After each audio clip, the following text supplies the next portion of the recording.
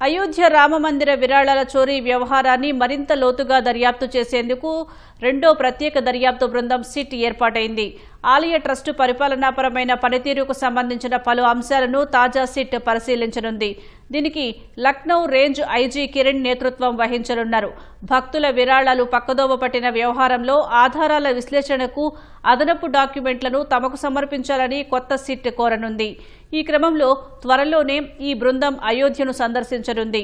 Ayodhya range DIG Somen Barma, NSP Gaurav Grover సహా ఓ forensic auditor, మరో నిపుణుడు రెండో సిట్లో ఇతర సభ్యులుగా ఉన్నారు. శ్రీరామ జన్మభూమి తీర్థక్షేత్ర ట్రస్ట్ నిర్వాహకుల పాత్రతో పాటు ఎస్బీఐ అధికారులను సిట్ మరోసారి విచారించనుందని అధికారిక వర్గాలు తెలిపాయి. ఇందులో భాగంగా 200 మందికి పైగా నోటీసులు జారీ చేసిందని వెల్లడించాయి.